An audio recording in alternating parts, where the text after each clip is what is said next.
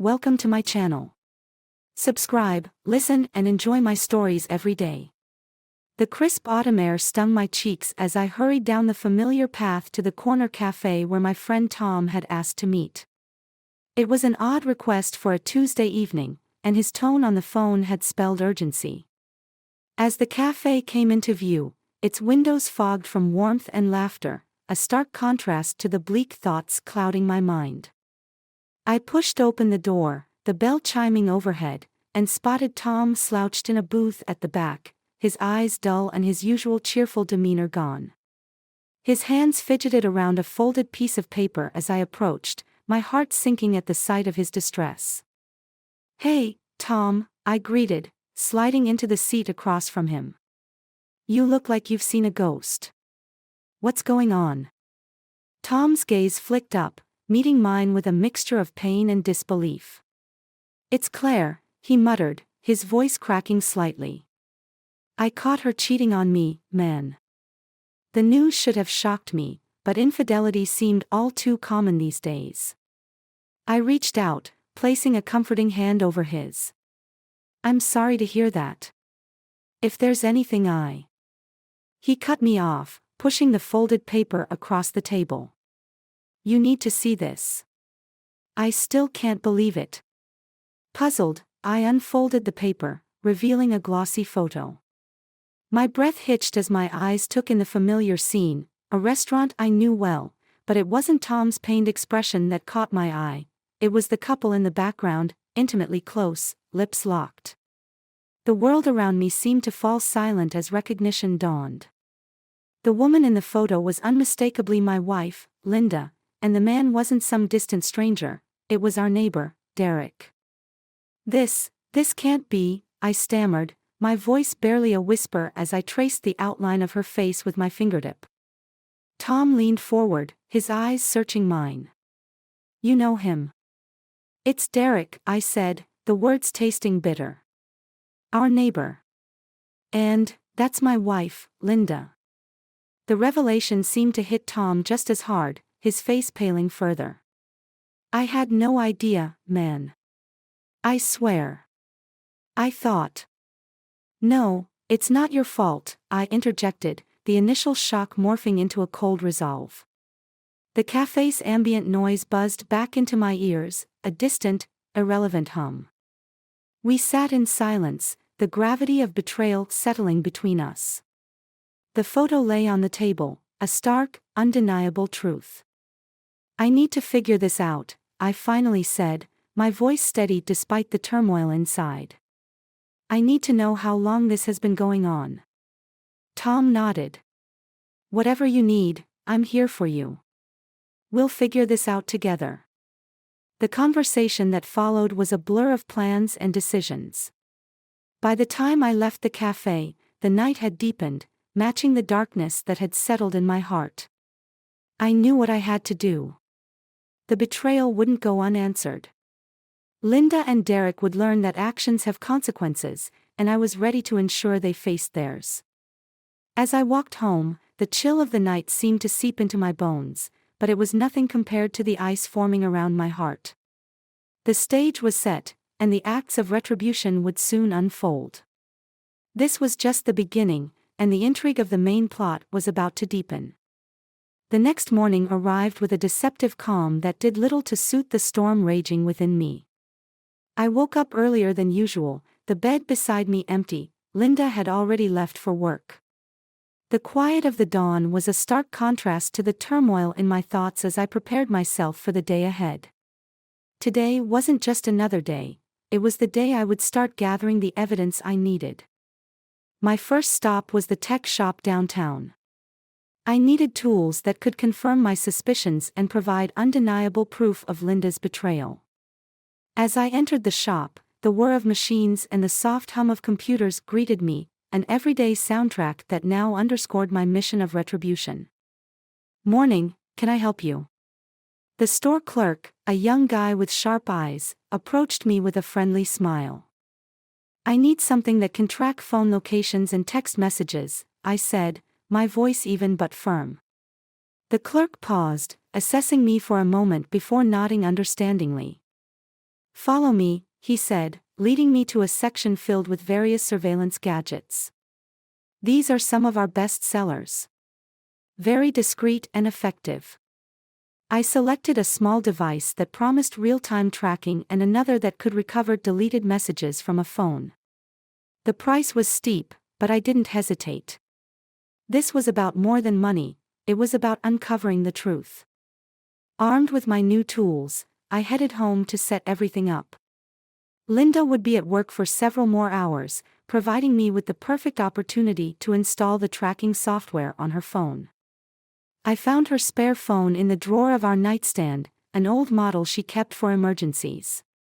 My hands were steady as I worked, a stark contrast to the chaos of my emotions. By the time I finished, the software was up and running, hidden from view. Now, any message she sent or received, I would know. Any place she visited, I would have eyes on. I was reclaiming control, one digital footprint at a time. Later that afternoon, I sat in my car across the street from the restaurant where the photo of Linda and Derek had been taken. It was here I planned to confront them, hoping to catch them in the act. The hours ticked by slowly, each minute stretching out endlessly as I watched and waited. Finally, just as the sun began to set, casting long shadows over the city, I saw them. Linda and Derek, laughing as they approached the restaurant, unaware of the storm about to break over them. My grip tightened on the steering wheel, my knuckles turning white. I waited until they were seated at a table near the window, their faces illuminated by the soft glow of the restaurant's lights, before I made my move. Stepping out of the car, I crossed the street, my heart pounding in my chest with every step. As I entered the restaurant, the murmur of conversation and clinking of glasses filled the air, a stark contrast to the silence that seemed to envelop me. I spotted them at the table, so engrossed in each other that they didn't notice me until I was standing right beside them. Linda, Derek, I said, my voice calm but carrying a sharp edge. They both looked up, shock registering on their faces as they recognized me. What are you doing here? Linda's voice trembled slightly, a mix of confusion and fear. I think you know why, I replied, my gaze fixed on Derek, who looked like he wished the ground would swallow him up. I know about everything. The conversation that followed was tense, with accusations and denials flying. But I stood my ground, the evidence I had gathered fueling my resolve. As I left the restaurant, the weight of the confrontation heavy in my heart, I knew this was just the beginning. The next steps of my plan were already forming in my mind, and I was ready to see them through.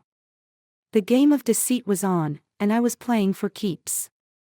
The following day dawned with a heavy gray sky, mirroring the turmoil inside me as I drove to Derek's place. I had left the restaurant last night with a turbulent mix of anger and resolution. Today, I was going to confront him alone, without Linda there to cloud the waters.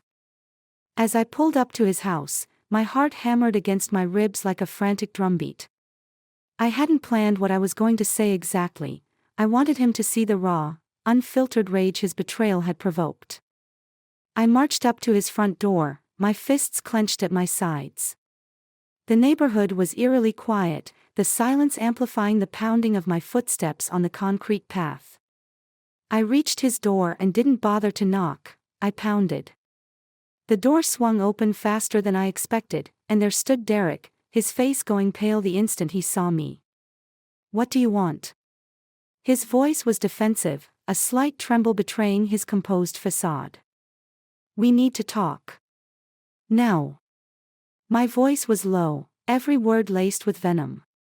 He hesitated, then stepped aside, allowing me into his home. The interior was sleek and modern, a stark contrast to the chaos he'd caused in my life.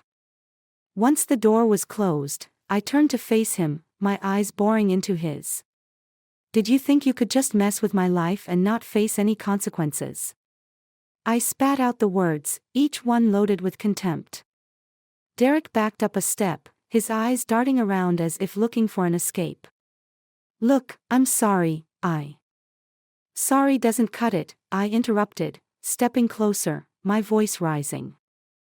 You knew she was my wife. He swallowed hard, his posture deflating.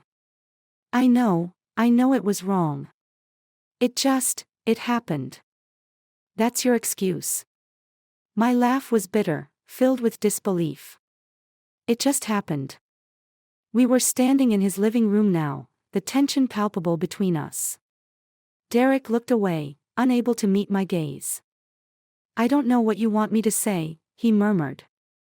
I want you to understand the damage you've done. And I want you to know that I'm not going to let this slide. My words were a promise, a vow of the retribution that was still to unfold. Derek ran a hand through his hair, looking trapped. What are you going to do? The question is, what are you going to do to make this right? I countered, my tone sharp. This wasn't just about what I would do, it was about holding him accountable. I can end it with her. I will. I'll stop seeing Linda. His reply came after a tense pause, his voice resigned. I nodded, a cold satisfaction settling in my chest. You do that. And you're going to tell her you can't see her anymore because of what it's done to me. Because of the guilt. He nodded slowly, his defeat almost palpable. Okay, I'll tell her. And I'll be watching, I added, my gaze unwavering. Make sure you follow through, or this isn't over. With that, I turned and left his house, the echo of my departing footsteps marking the rhythm of my renewed determination. As I drove away, my mind was already racing ahead to the next part of my plan. Today, I had set the wheels of justice in motion, but there was more to be done. The betrayal had been deep, and so too would be the consequences. I was far from done with either of them.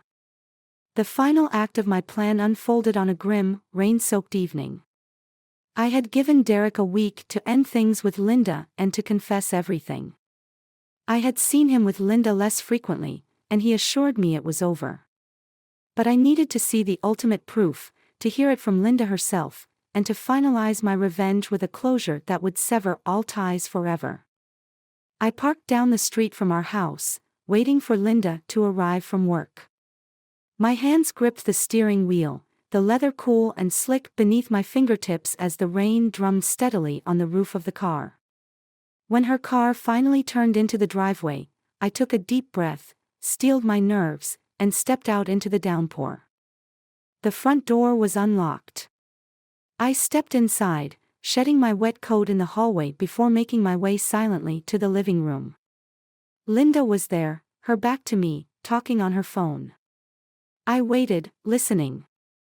No, Derek, we can't do this anymore. It's done, she said, her voice tense but firm. I told you, it's over. A cold satisfaction spread through me. Derek had kept his word, but it wasn't enough. Not yet. As she ended the call and turned around, she gasped, startled to see me. What are you? How long have you been standing there? She stammered. Long enough, I replied coolly, my voice even. So, it's truly over with Derek. Her eyes darted away, then back to mine, a flicker of fear passing through them. Yes, it's over. I'm sorry, I never wanted. I don't want your apologies, Linda. I want a divorce, I cut in sharply. And I've made sure you'll leave with nothing. Her face paled. What do you mean? I mean that I've been documenting everything. Every meet-up with Derek, every lie you've told. It's all been captured and saved. I spoke to a lawyer. Considering your infidelity, the evidence will ensure the divorce goes my way. Linda's mouth opened and closed, her usual composure shattered.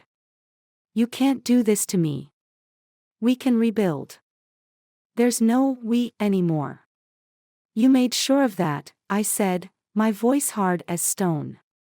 I stepped closer, and she recoiled slightly. And one more thing, I added, the final nail in the coffin. Derek is moving away. He sold his house last week. You won't be seeing him around anymore. She looked stunned, her body swaying slightly as if she might faint. You can't control everything. You can't just. But I can. And I have. This is the consequence of your betrayal. My words were as cold as the rain outside. The room fell silent except for the sound of the rain against the windows, a natural symphony to the storm that had raged in my heart. She looked defeated, broken by the weight of her choices and their fallout. I didn't linger to watch her despair. Turning on my heel, I walked out of the room, out of the house, and out of the sham that our marriage had become. My steps were heavy but resolute as I walked back to my car, the rain washing over me, as if trying to cleanse the remnants of the past from my soul. As I drove away, the streetlights flickered overhead, casting shadows that danced fleetingly on the wet pavement. It was over. The deceit, the pain, the betrayal, it had all been brought into the light and dealt with. In the rearview mirror, the house faded into the night, a chapter emphatically closed, never to be reopened. I was free from the chains of betrayal, ready to rebuild on my own terms, in a world where the ghosts of the past no longer lingered.